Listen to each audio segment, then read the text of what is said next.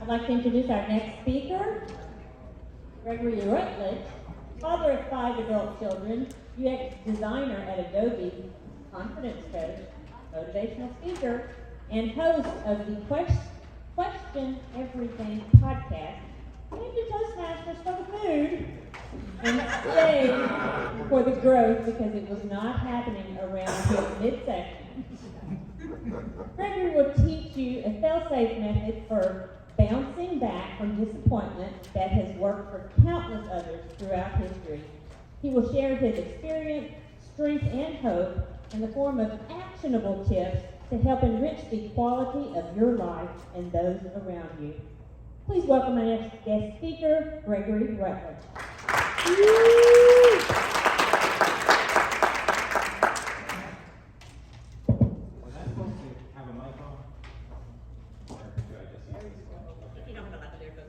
Hello, everyone. Welcome. Toastmasters. Yes. Anyone in here first time? Yes. Is there any disappointment with that? Right. No, definitely not. Isn't that beautiful? Yes, it is. So, some people hit a brick wall when they hit disappointment. They hit a brick wall and they just can't go on. And I get that. Disappointment as well. Disappointing. And if I could give you one solution for the disappointments. Do I not have a clicker? I can do it without the slides, just so you know. Jim has a clicker. Do you want one? Yeah, I have one too if you want. Ah, there we go. I just have to press the forward. So, anyway, back to what I was saying.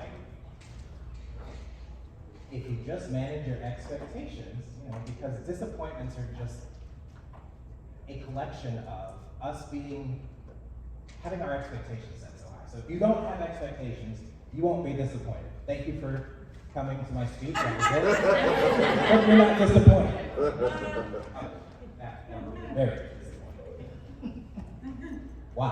Why would that be so disappointing? Because you all have prepared yourselves to hear something that is going to help you to get from where you are to where you want to be. And what I'm going to teach you is how do we bridge the gap. It's really hard for me to do this with the microphone in my hand because I can't really clap, but I want you to do this with me. We're going to learn how to go from where we are, to where we want to be. And when I do this, I want you to do it with me. Testing. How do we bridge the gap? Where we are. Now, where we want to. Ooh, that sounds good. Thank you, Bridget. I'm going to click it on. Thank you. Turn on. Click it in. There we go. All right. Now I'm in my own. Now I can breathe. And I get a clicker. Oh, it's the best day of my life. I'm not disappointed, by the way.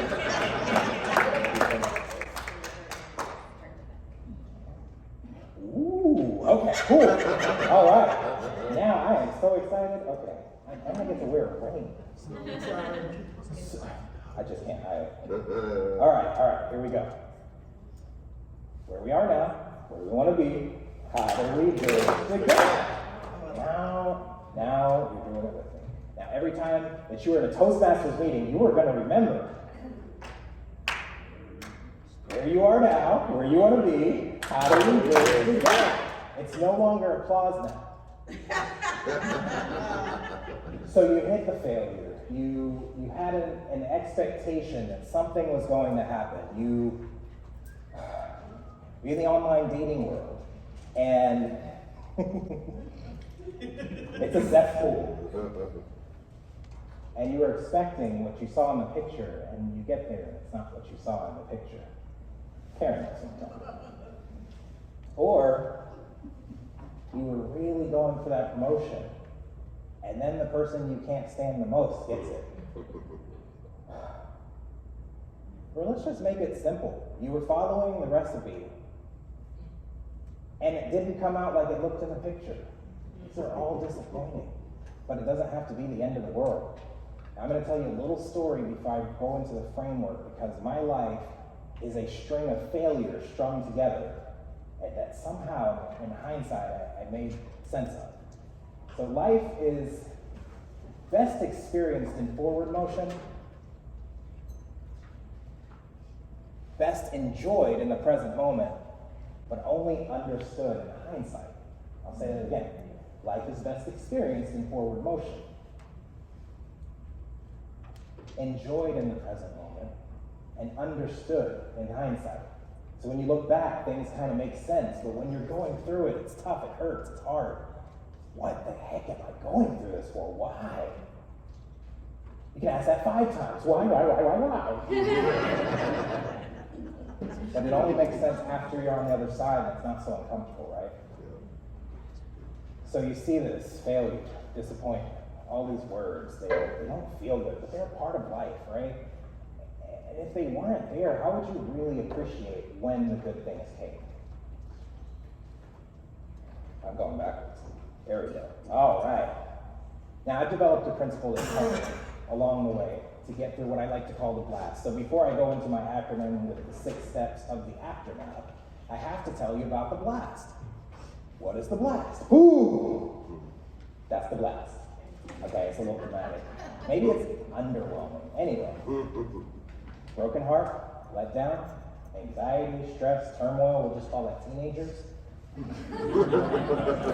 I mean, really, because there's no other way to describe that, right? So what, now what? So you've been through the blast, it hurts. Now what are you going to do? It's time to face the fear head on. So once you face that fear head on, there's nothing that can stand in your way.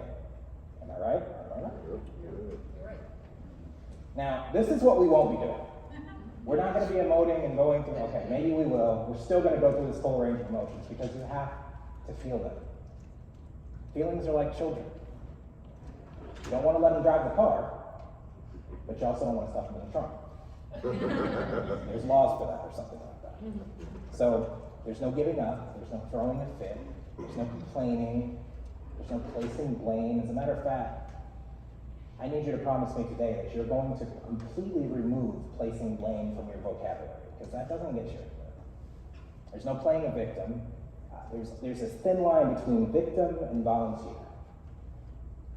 We're technically only a victim the first time, and I know there are situations that are beyond our control that are very deeply personal and painful, and it's hard with those situations. I want you to know I understand. I got attacked on Facebook for minutes. But once we know that we've been victimized, we have a choice to move forward. We have a choice to not let the disappointment paralyze us. You know, coming into Toastmasters, I didn't realize how nervous I was speaking in front of people until I got up to speak in front of people. And then I learned that nervousness and excitement are the exact same energy. What are the physical symptoms of nervousness? Sweaty palms, elevated heart rate, shaking, okay? What are the physical symptoms of excitement? Sweaty palms, shaking, elevated heart rate. Oh my God, I'm so excited to be up here speaking in front of you. Right? See, I'm not nervous. Screaming, we could do a little bit of that.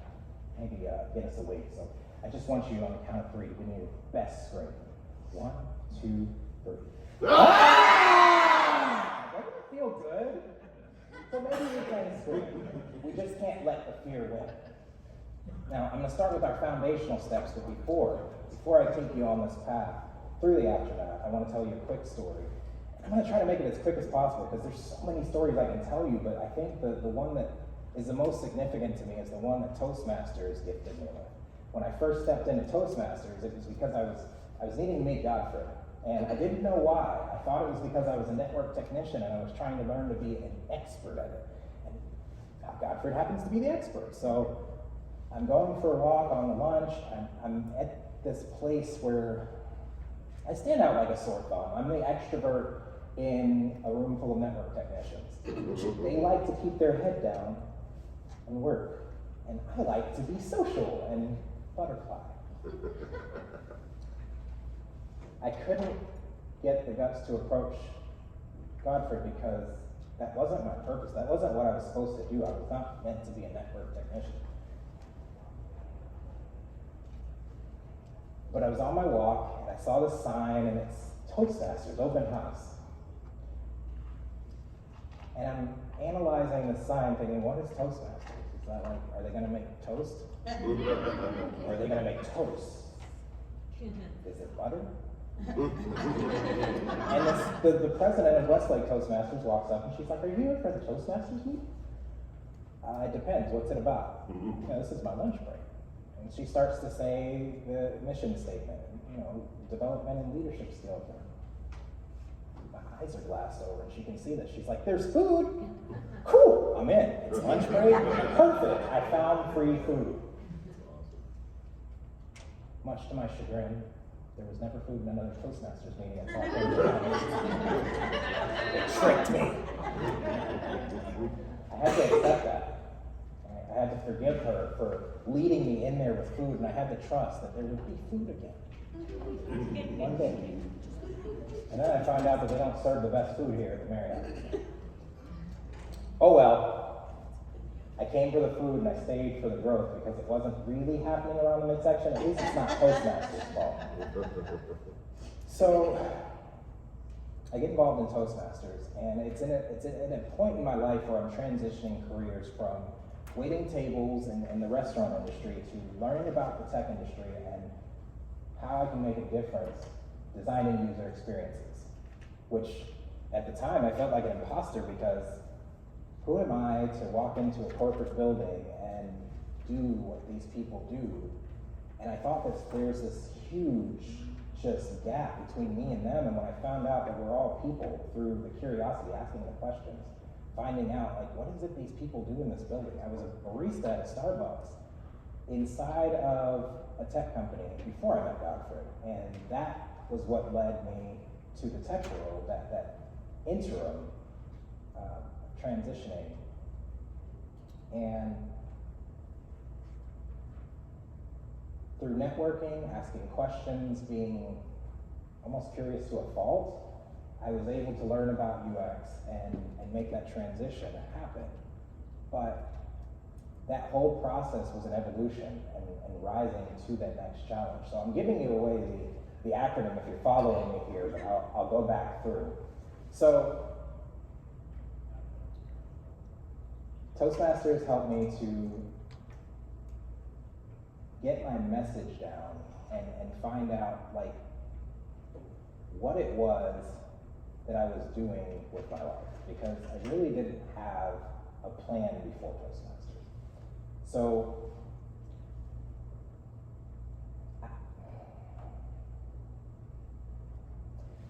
I know most of you have seen me walking around with this ream of paper all day, and I promised you that I would come back to this ream of paper.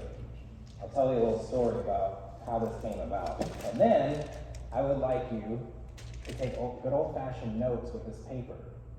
This is the most expensive ream of paper I've ever purchased in my life. While I was in the boot camp learning about UX design, I found a MacBook for $300 on OfferUp or Letgo, one of those. And I was like, ooh, it's a brand new one. All the other ones are $2,000. This one's great. It's just a college kid. He just doesn't need it. He wants to buy a gaming computer. It didn't compute with me that this is a scam. It's too good to be true. But I wanted it to be too good to be true. And so I paid half up front and then another $25 to get him to send it faster. So $175 later, I realized what happened. The transaction's over and it was done through Zelle. If we've ever done business through Zelle and we've been screwed over, we know what I'm talking about right now. You don't get your money back, usually.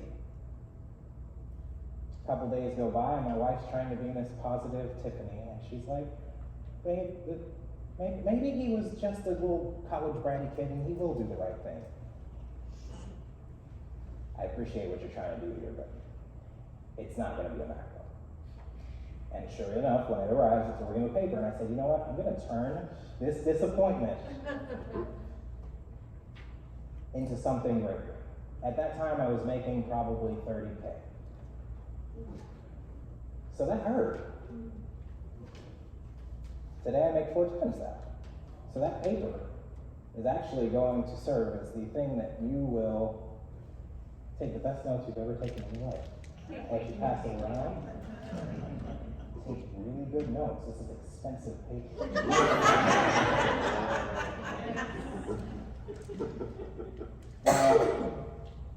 There's been ups and downs. I've become a professional at getting fired and moving on. I've made a career out of it. I have to spare you the details of how many times I've been fired and retired, but I'll talk about 3 specific instances because it comes around in this beautiful poetic story. I used to work for the Daily, and when I was there, I decided that waiting tables was not going to last forever. This body is not going to last forever. At some point, eventually, it's going to break down, and I'm not going to be able to hold that tray up here anymore. And it's good money, but God, you got to watch your whole paycheck build up $1 or $5 or 10 or 20 at a time. I got to the point where I got like $100 tips here and there, but they weren't enough to rely on to raise a family. And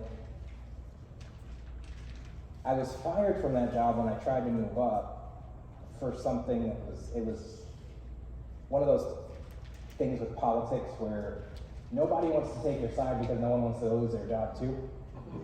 And so I'm just like, you know what, screw you guys. It's okay. I'm just gonna move on like I always do. And I move on, and that's when I did the whole transition. Now, I don't tell stories in order, so you're gonna have to deduct points for that. I jump around, but I expect my neurodivergence to follow me.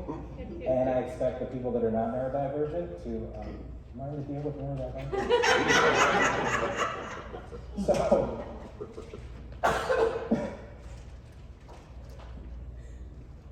I'm going through this transition into UX, and I'm crying about how I'm never going to break in. This is never going to happen for me. God forgot to experience this. He's there, he's listening to my sob story. We're at Central Market, and he listens like a good mentor would do. And I know he's like, why are you putting me on the spot here?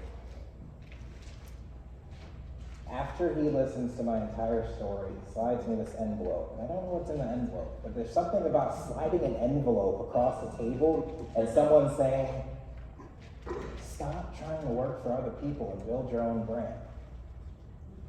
So someone believed in me before I could believe in myself, and that set a fire under my hind that took me to the next level, because it was not a few months later I finally break into this place, and I break in at the Container Store, and I'm making twice as much as I was as a barista.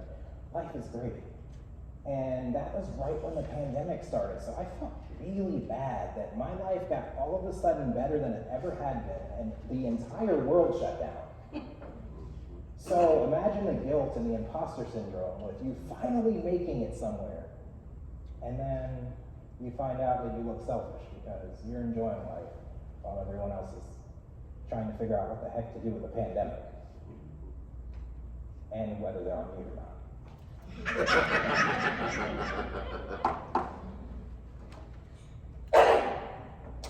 I was there for about 11 months, and I started to get into coaching, and I was a confidence coach, and I was starting a series. January 1st, it was 31 Days to Freedom, and I was going to preach to people how they can become free through the 31 steps that are contained within the 12 steps of 12-step programs. And I find out about January 15th that I got 2 more weeks for the Container Store, because guess what? I'm getting fired. Yes, I became a pro at this. I was so good at getting fired. And I didn't realize that I prophesied my own exit out of the Container Store, but I was not worried. I knew that the seniority part, that whole junior-senior battle was over because I got my stripes being there for 11 months. So now I could be senior next place. So I got on at PayPal, and I was there for 6 weeks. And in that 6 weeks, they told me, we're so sorry. We didn't realize the contract wouldn't last as long, so you've got 6 weeks, but we'll pay you to look for another job. So now I've leveled up. I'm getting paid to get fired now, baby. Yeah! Professional, okay? So after that, I'm starting to really feel like it's me. There's something wrong with me, which there probably was. not gonna lie. But they were being nice, and I appreciate that. So I started interviewing for positions, and at this point, I've moved up again in scale and pay. And if you ever want to move up in your career, play leapfrog. Don't stick around in one job and wait for that 3% raise. I'm sorry if you're an employer, I'm not the person that you want to teach your people. Or maybe I am. Because then you get to get people out of your hair and recycle. Anyway, so I'm moving up, and I see the pay for Marriott, and I'm thinking, I'm never going to get on with Marriott. In the corporate office, I used to be a server there. So I get on at Marriott, and I'm there, and I'm thinking, this is poetic justice. I got fired wrongfully, and now I'm in the corporate office, and I make the decisions that trickle down to the people that did me wrong. I dusted my shoulders off, Jay-Z. And then I found out why it's so crappy at the bottom. That stuff trickles from the top, guys. It was even more messed up here. And I was there about 20 days before I got my laptop. So I learned to let go in like the hardest way possible. I had to move everything off my personal laptop, and that drive I moved it on fell, and that was disappointing because I lost everything. I don't even know what I lost. So technically, it was the best thing that ever happened. I got rid of stuff, and I didn't even know what I got rid of.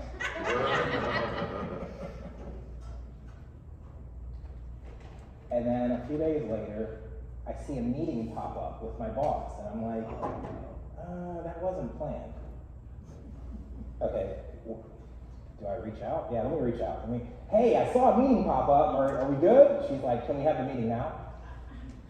I had 3 more days of pay. And I got fired. Now let me tell you, this is the ultimate poetic justice. They fired me because they needed someone that could work with Adobe better.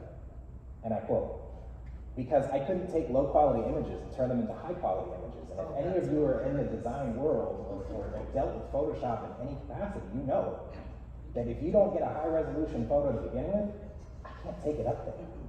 And not for cropping pictures on your website like that, I'm sorry, I could probably make it happen some way, but if you don't give me the, anyway, that's another rant, I digress.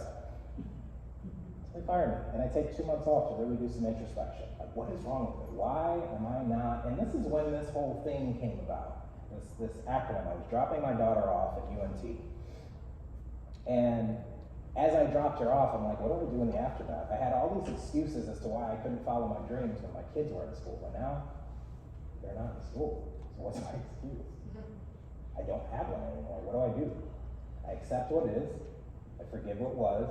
I trust in what will be. I evolve into the person I was made to be. I rise to the next challenge, and then what? I make a transition. Can anyone guess where I work right now? I'm sure there's people in here that know, but for those of you that know, where do I work right now? I work for Adobe.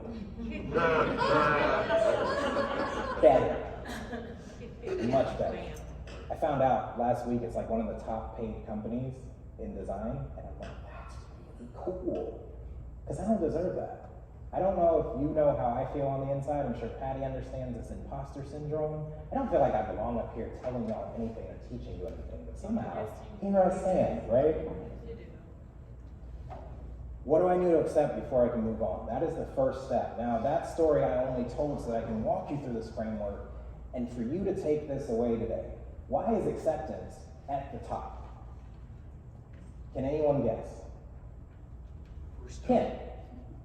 You can't have anything afterwards. Like, you have to accept where you're at, or there's nothing that can get you to the next step. Exactly. It is literally the first step.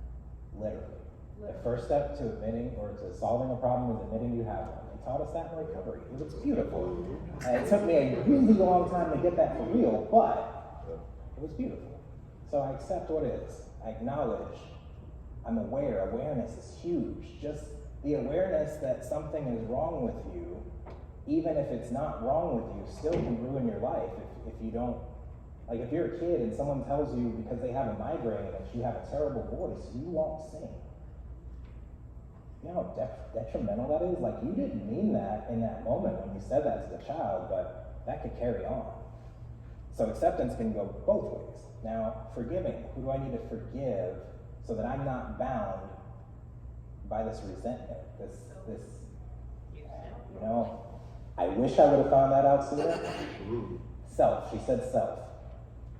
Forgiving yourself is key, but forgiving others, I can't move through this world if I was still having resentments for the people that fired me, because I have a lot of people that fired me.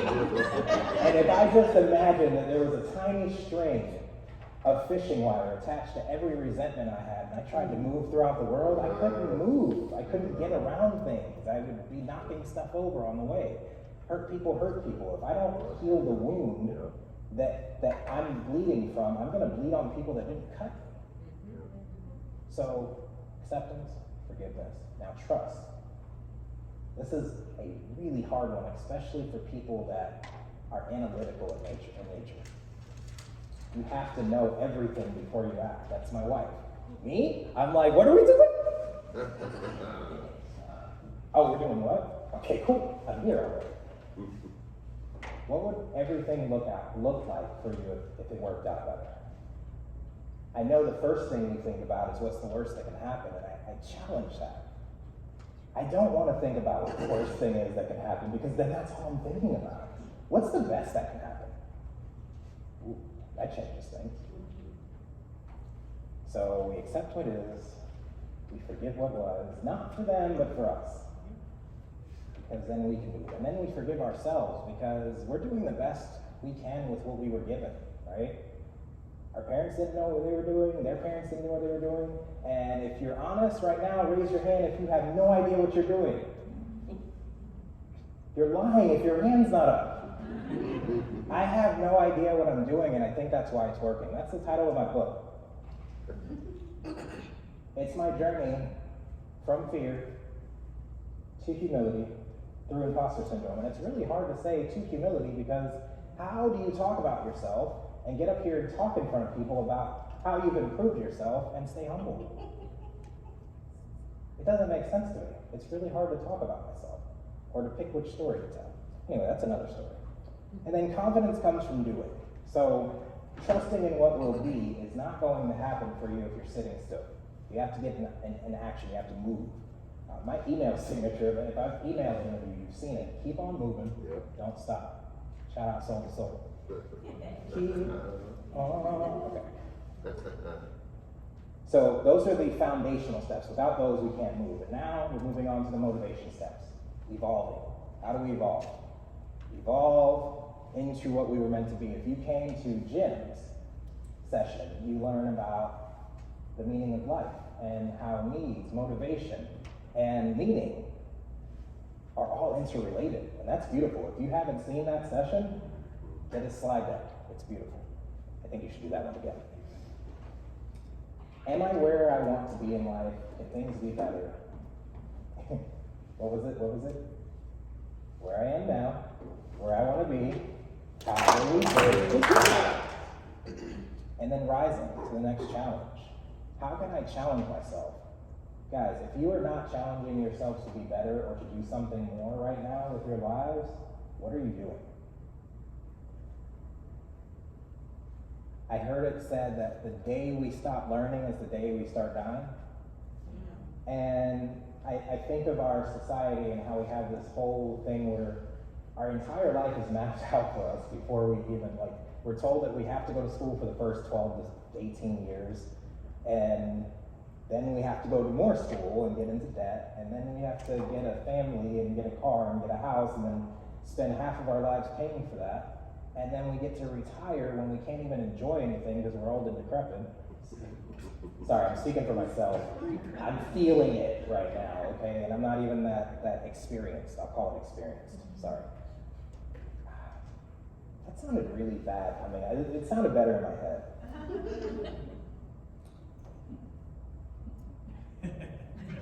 What I was talking about was challenging yourself. It's never too late to challenge yourself to be better. It's never too late to rise to the next challenge. So, evolving into the person you were meant to be. How do I do that? That is a great question. How do you do that? Because I can tell you what I think you should do, but then you'd be living my life. And Patty can tell you what she thinks you can do, but then you'd be living Patty's life. And I can go on and on with everyone in the room. So what is it that you need to do in your life to evolve? Is there something that you've had deep in your heart that you've always wanted to do, but someone told you you should? Who were you before the world told you who you should be or who you couldn't be? That's the person that's dying to get out. That's the person that's dying to, that's that person trying to get to there, but all of the world and what they put on us is blocking us.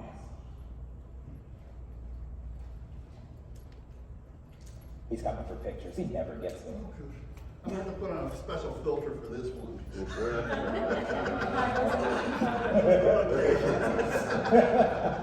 So,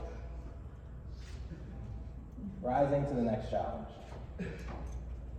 Now, I want to put this in the context of how it's worked for me every time, right? So, I get fired. I accept that.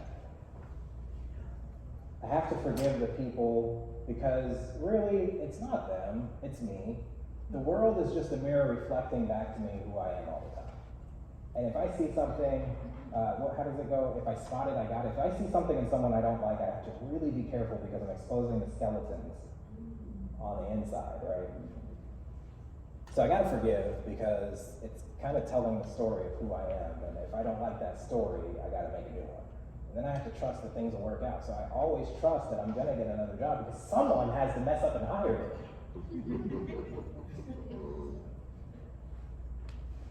Of course, they don't realize they're messing up at the time, but eventually, it's a numbers game. You just keep applying, you keep networking, you keep Toastmastering, and eventually someone has a job for you, right? And then you have to evolve, right? Going through those foundational steps and finding out what's wrong with you and what ways you can grow, then you know how you can evolve, and then you can rise to the next challenge. Now, this is my favorite part, because even though it's math, it's not math. Now, how many of us in here are math majors? Whoa, did I see 2 hands? Yeah, I can do math. 1 plus 1 is 2, 2 plus 2 is 4, 4 plus 4 is 8, and 8 plus 8 is too big for me to calculate. Make a transition happen. Whatever that transition may be for you, whether it's going from single to being in a relationship. I'll give you the secret to that. Don't lie, don't cheat, and over-communicate. You will have a successful relationship no matter what. Test that. I want you to come back to me and tell me that doesn't work. Make the transition happen. This is the transformation step. This is where the rubber meets the road. Calvin, don't leave. I'll be auditioning in December to be in the Speakers Bureau with Kim and all the other cool people. I want to be a part of the cool people. So we're making that transition happen. We're going from where we are now to where we want to be, because guess what? I just gave you the bridge to where we are. Now, I'll tell you to build your bridge to success. Build your bridge to success. But don't burn your bridge while you're standing on it like I do. I like to burn my bridges while I'm standing on them to prove that I'm serious about my crazy. Don't burn your bridge while you're standing on it. It does nothing for you or other people. So, I'm not sure how I want to end this. I've kind of toyed with this. I've practiced this so many times. And you know, there's 3 speeches we give. We give the speech that we wrote, the speech that we practiced. Thank you, Kim. You gave me this. And then the speech we wish we would have gave. No, you gave me this. Who? Somebody. You gave me that. I talked to so many people. And I gave the speech that I'm sure I'm going to go back and be like, man, I wish I would have mentioned this.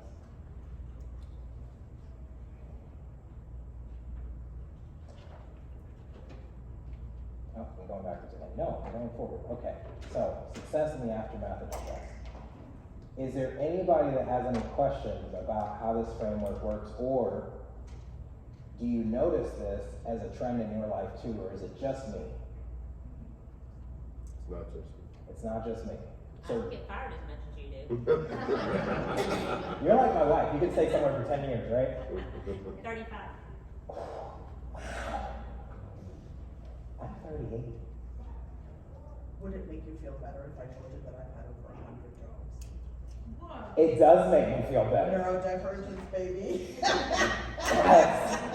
I have had 267 jobs to be exact. And that was from 15 to now. So, you know, when you were younger, and I'm in the world of recovery, so when you're on drugs, you kind of make irrational decisions. Like, I don't like the way this job works. I'm walking out. Yep. And you do that enough times that, you know, you have to add that to your, you don't have to add it when you're applying for a new job. But yes? I'm sorry, I have 2 questions. That's okay. Two questions. I like questions. Okay, first question is Checkmaster. How do people in virtual chat get the expensive paper that you have? Oh, I love it. Oh, okay. I'm so excited about this. I will personally mail you a blank piece of paper so that you can transfer the notes that you typed. I'm asking for them, asking for a friend. Asking for a friend. Second question. Okay. Okay. The first question was, how do you get? Speak up.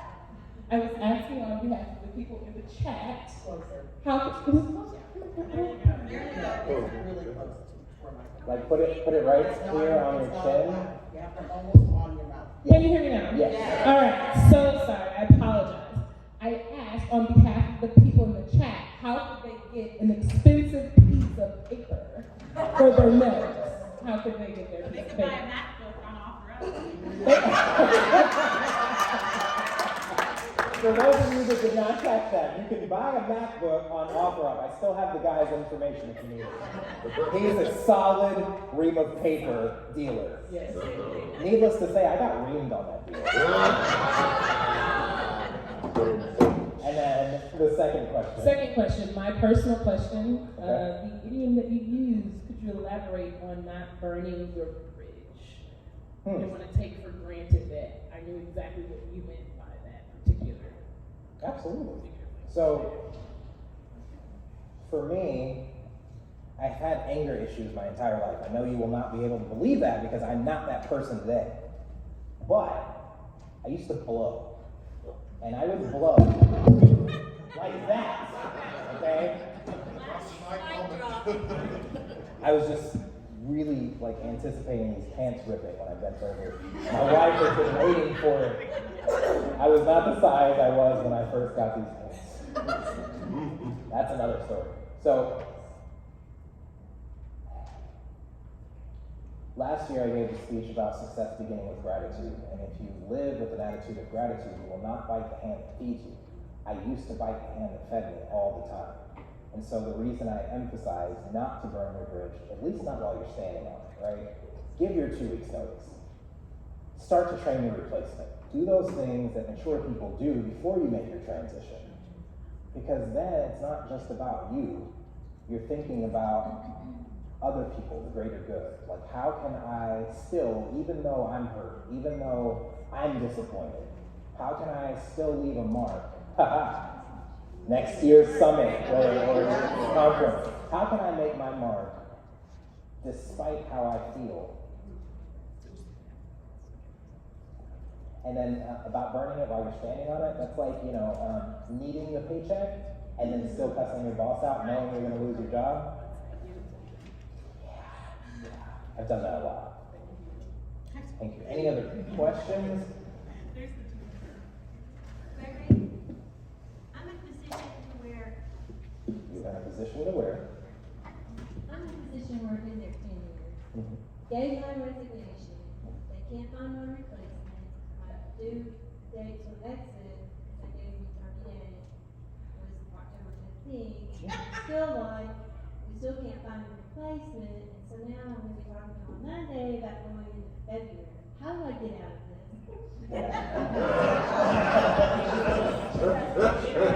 And now I'm a counselor. Okay, so this is really exciting, Michelle.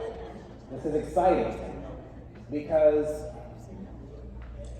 so for those of you that didn't hear, Michelle was training her replacement. She's been in this place for 10 years, and they can't find a replacement for her. Ask for double the pay. So now she's being moved from October 15th to somewhere in February, and she wants out of this. That's not your responsibility. Yeah. How do I do it? I'm too nice to these people. Well, You've been there 10 years and you need a reference. well, you can still get a reference from so many Toastmasters, because we're professionals, right? Raise your hand if you're a professional. Will you give a reference to Michelle? Yes. Okay. Maybe the one for 10 years, you know, the one that I was with 10 years. I mean, we can fluff some things But I for really you, want to retire, but honest to God. Leave and we can't take away your what was that again? leave and have them paid as contract labor at a higher rate. Yeah, that too. They'll find someone faster. Yeah, They will. yeah. And jack that rate up. That's right. I'm So- an HOA manager, nobody wants to be an HOA manager. Oh no. So, that's it. Yeah. Okay. I like the contract rate and then like tell them the rate.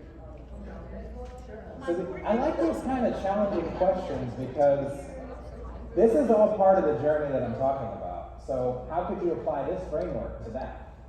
Yeah, how do I burn the bridge I'm standing on? Oh, you want my okay? So How does she get fired, Greg? Come on. Walk her in and but you were fired. I want the reference, but I want to be able, the people I work for, my properties and the boards I work for, I've been with them for 10 years, they love me, I love them, I hate leaving them. And you have a chance to It's train not the a color. Toastmaster that is willing to walk in, who just retired, and is willing to walk in somewhere and work as a man. Oh, you have somebody there? Right? Would you accept a replacement if not offered? Oh, absolutely. She's right here. Done. But I don't have the choice. It's not coming. You can make the recommendation. you have the choice. You just You can say, I found someone for you. Apply today. so you did I the love it. you did the most important first step. You asked for help. You were vulnerable enough to talk about this in front of everyone here, including people you don't know how many people are And virtual. you're the expert in it now. I need what you have in somehow to be able to say, I'm done, you know, I've given so much, you know. Do you want to know my secret? Yes. Do you know the meaning of the word courage? It's not courage, it's sympathy or empathy. It's empathy. It's crying, But- crying over it or something. The meaning of the word courage is with heart. Yeah. Having the courage to take that first step, which you did, is living from your heart because you're telling us what your heart wants. And that's when things can start to change because you're living from a place where you were meant to be. And then other people can open up and help you because you've opened up, right? So you've got the ball rolling. You started the first thing. If you want to get fired, I can tell you exactly how to do that. Just stop showing up. Yeah. That's one. Two, you can tell them like it is, and if they don't like it, you got two options. They can keep you and not like it, or they can let you go. Either way, you'll be out of it. Or you can take option 3 and hire Deb.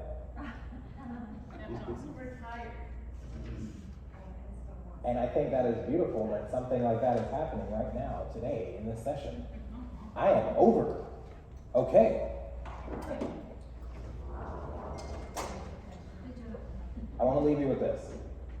If you got nothing else from my talk today, because I rambled, I want you to be bold, be courageous, be you. Because in the end, that's all you have, and everyone else is already taken. Thank you. Thank you, Gregory. What an excellent presentation. On behalf of the district, I would like to present this gift to you. Thank you. Thank you very much. It's time for the next panel.